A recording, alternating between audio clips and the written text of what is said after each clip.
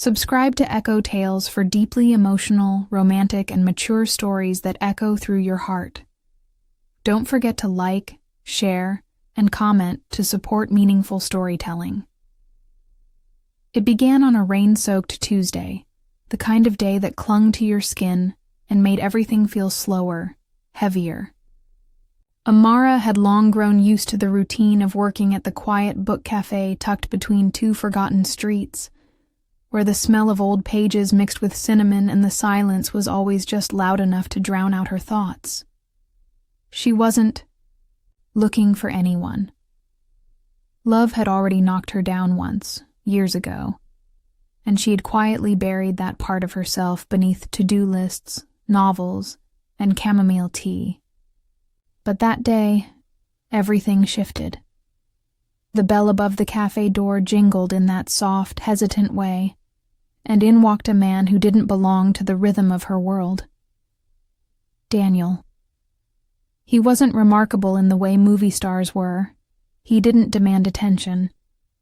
But there was something arresting in his stillness, as if his presence, quiet and steady, had weight. As if he carried storms in his past, but wore them gently. Their eyes met for barely a second. An accidental glance, no promises, and yet something inside Amara stirred, like forgotten warmth, stretching awake after a long winter. He ordered black coffee, no sugar. His voice was deep but calm, almost too careful, as though he was used to being misunderstood. She noticed the way he studied the titles on the shelves while he waited, like he wasn't just passing time, he was searching for something. When she handed him his drink, their fingers brushed. Just briefly. But it was enough. Enough for her to feel something she hadn't let herself feel in years. Curiosity. Maybe even the start of longing. He gave a small, almost apologetic smile before walking to the corner table by the window. That became his spot. And he became a quiet constant. Every day after that, Daniel came back. Same order, same seat. But slowly, the silences between them started to change. He'd ask about the book she was reading. She'd pretend not to care when she noticed he was reading it next. They weren't flirting. Not really. But the air between them had shifted. Thicker. Charged. And she knew the feeling. It was desire, but not the loud, reckless kind. This was slower, heavier, the kind that took root before you realized it was already too deep. Amara kept reminding herself of the rules she had made. No second chances, no distractions. Her past had taught her what happened when you let someone too close. But Daniel made it hard to remember why she was guarding herself in the first place. He never pushed. He never asked for more than a smile, a comment, a shared glance. Yet, somehow, every time he looked at her, she felt like the only person in the room. The tension built quietly, like a song you don't realize you're humming until it won't leave your head. And just when it felt like something was about to tip, just when she almost let herself imagine what it might be like to let go, he didn't come. No warning, no message, no goodbye. One day he was there, watching her like she mattered. The next, his seat sat empty, the coffee cup untouched. 4 days passed, then 5. The silence he left behind was louder than anything he'd ever said. And Amara, who had promised herself never to feel this way again, realized with a sickening twist that she missed him, not because of what they had, but because of what they didn't. Something had begun, something real. And now, just like that, it was gone. The silence Daniel left behind wasn't ordinary. It was the kind that sat heavy in Amara's chest, pulsing like a second heartbeat. Days turned to nights, and nights into anxious mornings where she opened the cafe hoping, just hoping, to see that familiar figure in the doorway, drenched in mystery and coffee-scented memories. But he didn't come. And the world went on, heartlessly unchanged. Amara tried to convince herself it was nothing. A customer. A man with a nice smile and a soft voice. People like him walked in and out of places all the time, didn't they? But this wasn't about logic. This was about absence. And Daniel's absence wasn't just in the empty seat by the window. It was in every glance she gave the door, every silence that echoed louder than footsteps. She hated how easily he had slipped under her skin. She hated that he made her feel again. But most of all, she hated the question that haunted her. Did I mean nothing to him? 4 days became 8. The cafe felt colder, the books heavier. Then, just as she was locking the door one rainy evening, like some cruel trick from the universe, she heard it. A knock. Slow. Hesitant. Her breath caught in her throat. She turned the key and pulled open the door. And there he was. Daniel. Wet from the rain, face pale, eyes bloodshot like he hadn't slept in days. He looked at her like someone begging for a reason not to walk away again. "I shouldn't have come back," he said, voice low, cracking like he was holding something in. Amara didn't answer. She just stepped aside. No questions. No accusations.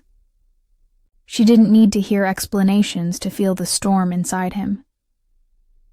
They sat at the back of the cafe, surrounded by closed books and half-finished thoughts. No words passed between them for several minutes. It wasn't awkward. It was full of everything they hadn't said before. The truth hung in the air, thick as the scent of rain still clinging to his coat. Amara poured him tea, her hands trembling just slightly, betraying the calm she tried to wear like armor. Daniel accepted it, but his eyes never left hers. And then, just when she thought the silence might swallow them whole, he spoke. "I left because I didn't trust myself around you." The words hit her like a whisper and a scream all at once. Her chest tightened, not from pain, but from the unbearable intimacy of honesty. He wasn't confessing lust. He was admitting fear. Fear of feeling again. Fear of ruining something he never thought he'd want this much. And suddenly, she saw him not as the composed, quiet man who read books and drank black coffee, but as someone shattered, stitched back together by nothing more than hope and regret. Amara felt something inside her shift, not a collapse, a surrender. She wanted to be angry. She wanted to tell him off for disappearing. But all she could feel was his presence filling every empty corner he'd left behind. That night, nothing dramatic happened. No grand kiss. No passionate declarations. But something more important did. They stayed. Two people raw and quiet, choosing not to run. Choosing to sit with the weight of everything unsaid. The rain continued outside, tapping softly against the windows, like it, too, had stories it couldn't put into words. And as they sat there, across from each other, sharing nothing but silence and tea, Amara realized something terrifying and beautiful. This was how falling began. Not with fireworks, but with stillness. Stillness so deep it drowned out everything else. She didn't know what would happen next, but for the first time in years, she was ready to find out. Something had shifted after that night. They both felt it. The silence they once hid behind now pulsed with unspoken things, with longing too fragile to touch. Amara told herself not to expect anything, yet she found herself smiling when she saw Daniel already waiting by the cafe window the next morning.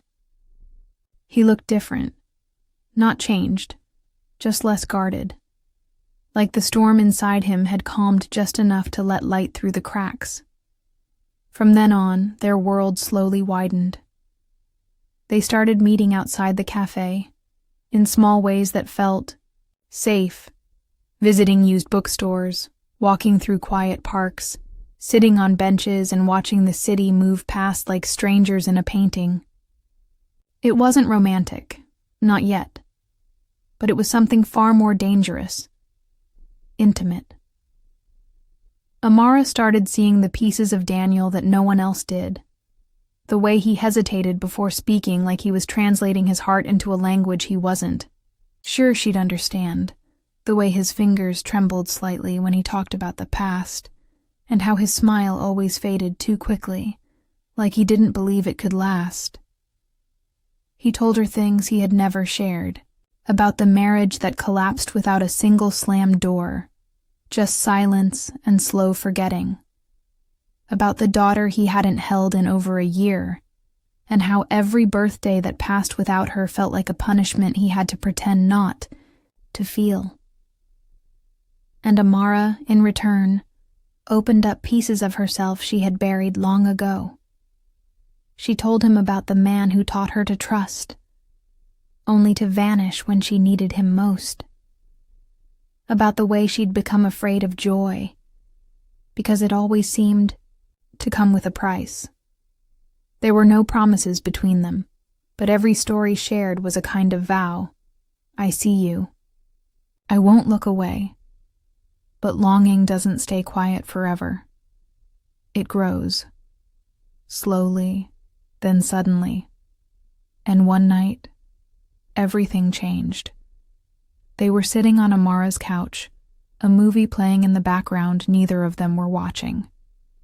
The air was thick with everything they weren't saying. Daniel was close, too close. His knee touched hers, casually at first, then firmly, as if it had nowhere else to go.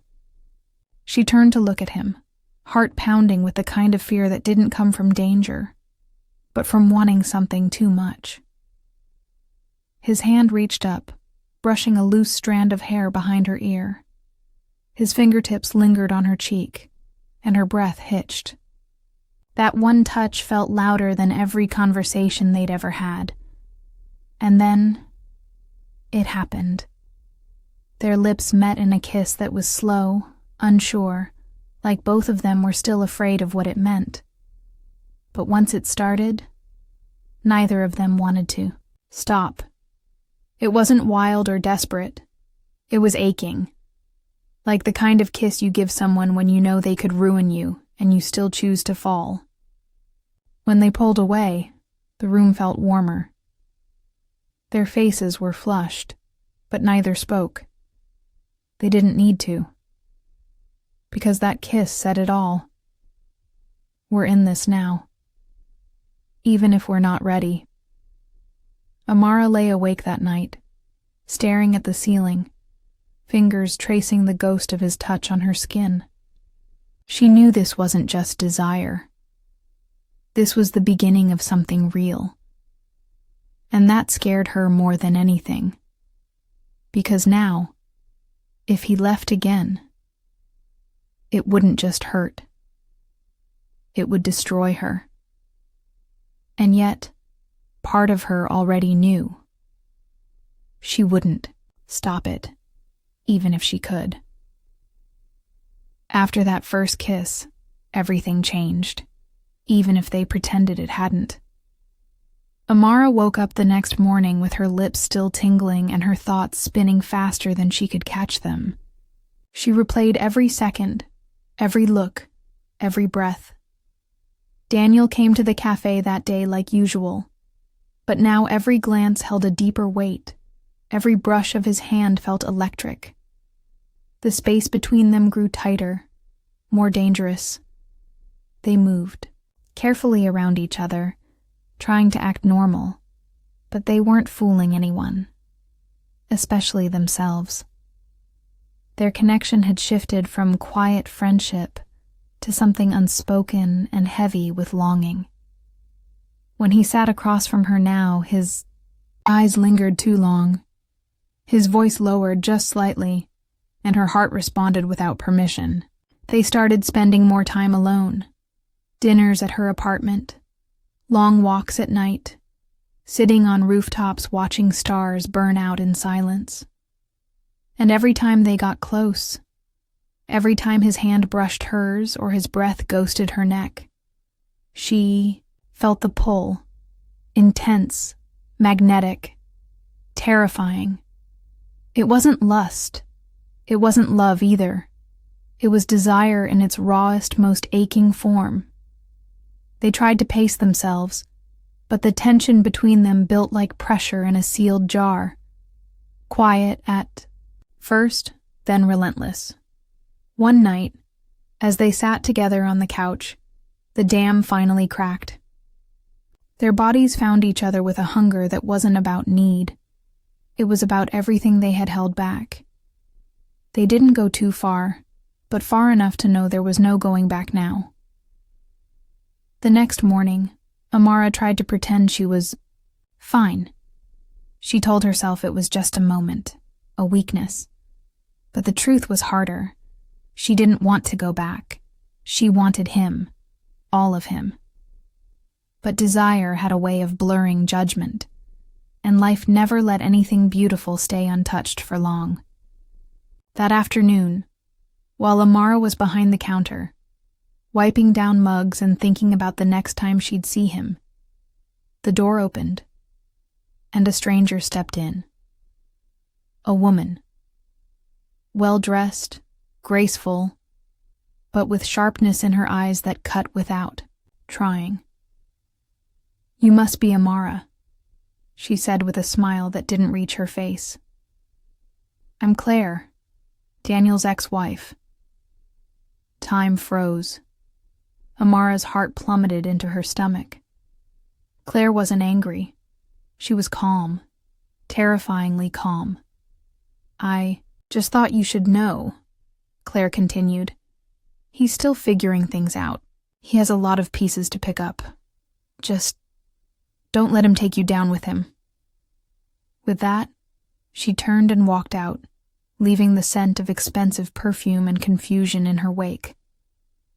Amara stood there, stunned, hands gripping the counter, like it was the only thing keeping her from falling apart. Had Daniel lied? Was she just a temporary comfort, a stop on his journey back to the life he lost? When he came in that evening, Amara didn't say anything at first, but her eyes searched his for something, truth, regret, anything. He looked tired, almost hollow. She wanted to scream at him, to demand answers. But instead, she just whispered, "Why didn't you tell me?" Daniel looked away. "Because I didn't want to lose this before it began." The words hurt more than any betrayal, because they were honest. That night, Amara couldn't sleep. The taste of his kiss still lingered, but now it was bittersweet.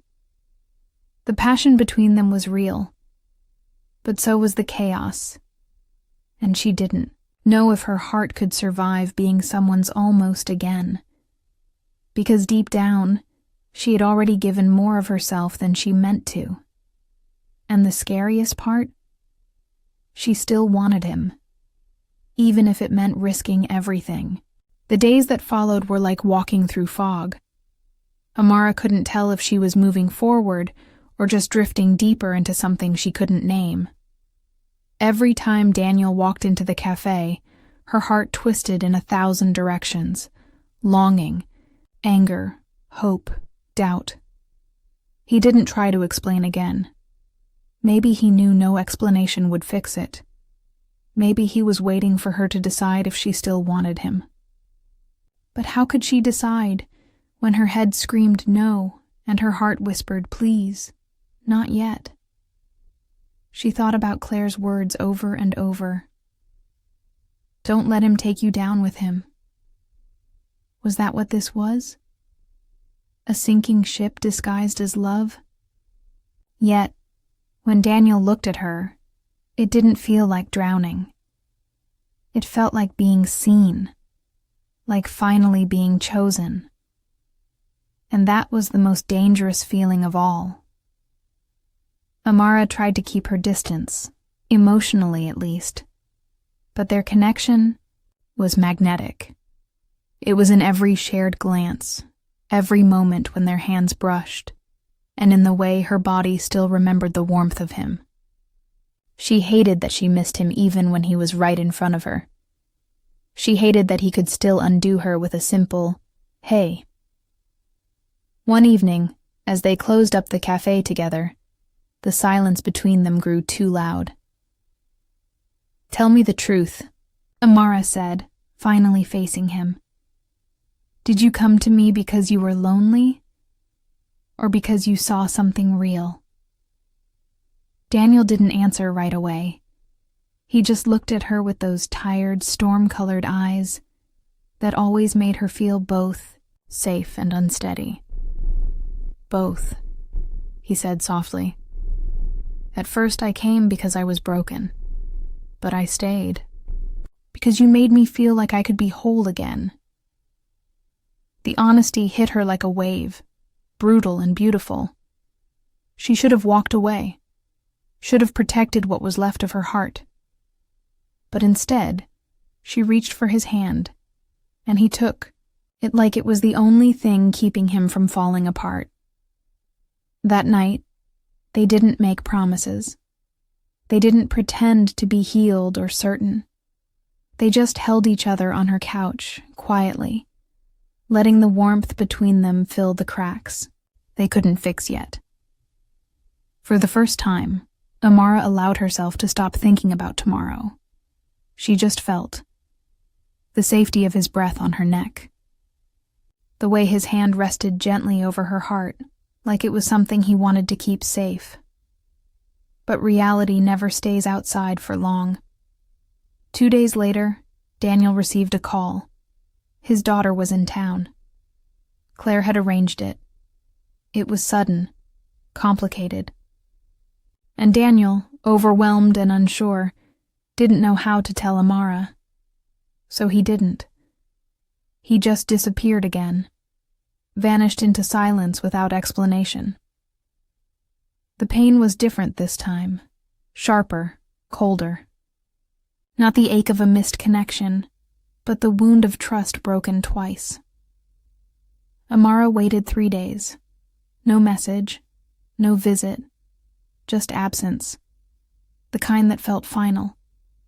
Her heart, which had dared to believe again, now curled back into itself.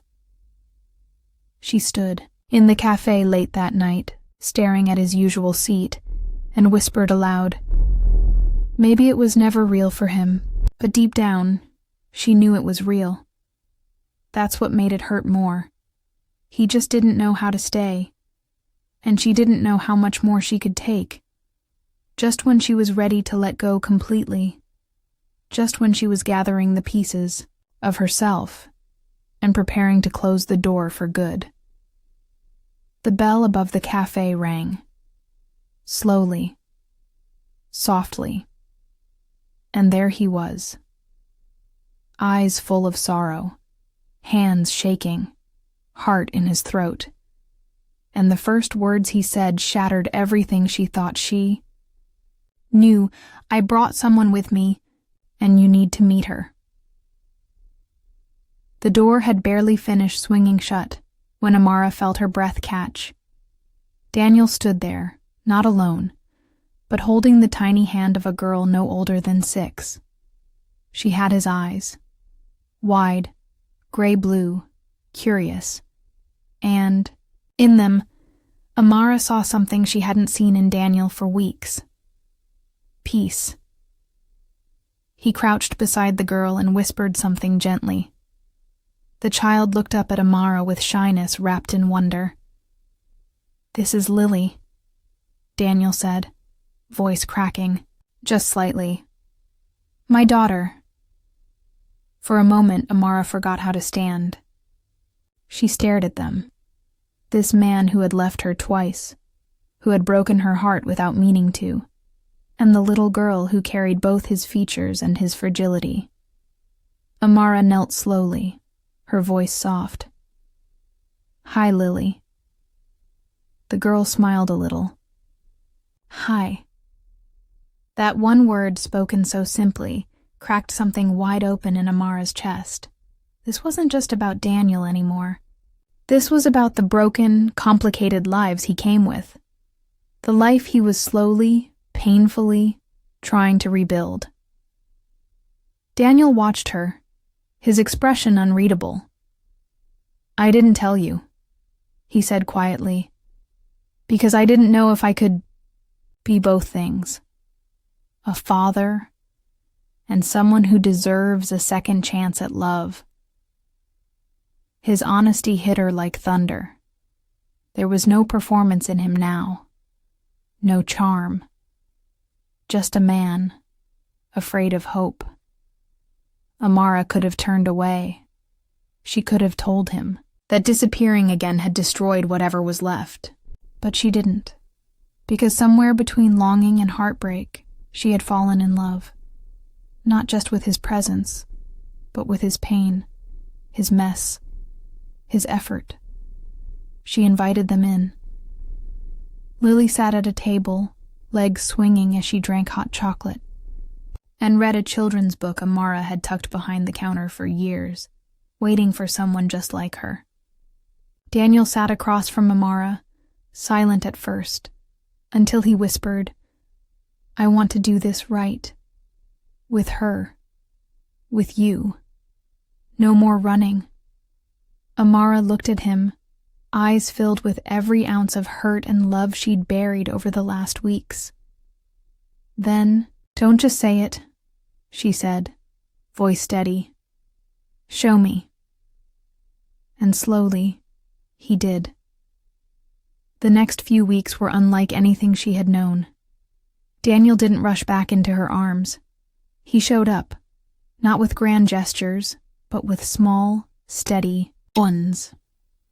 He came by every morning, Lily in tow. He helped fix a leaking pipe under her sink. He stayed late and cleaned tables after closing. He didn't kiss her right away. Instead, he looked at her like she was something sacred. And Amara, against all odds, let herself trust again. She grew close to Lily, drawn in by her laughter, her questions, her soft way of holding Daniel's hand like he was her whole world. And maybe he was. But Amara was becoming a part of it too. One evening, weeks later, as they stood outside under a quiet sky, Lily asleep in Daniel's arms, Amara looked at him and said, "You stayed." He nodded, eyes soft with emotion. "I'm not going anywhere." And when he kissed her this time, it wasn't like the first. It wasn't full of hunger or doubt. It was full of home. That night, she realized something deeply true. Love isn't about never breaking. It's about choosing each other after the pieces fall. Amara had given in to desire once. But now, what stood between them was something stronger than attraction. It was love. Earned, tested, real. And in the warm light of the cafe they built their story in, she finally let herself believe in forever.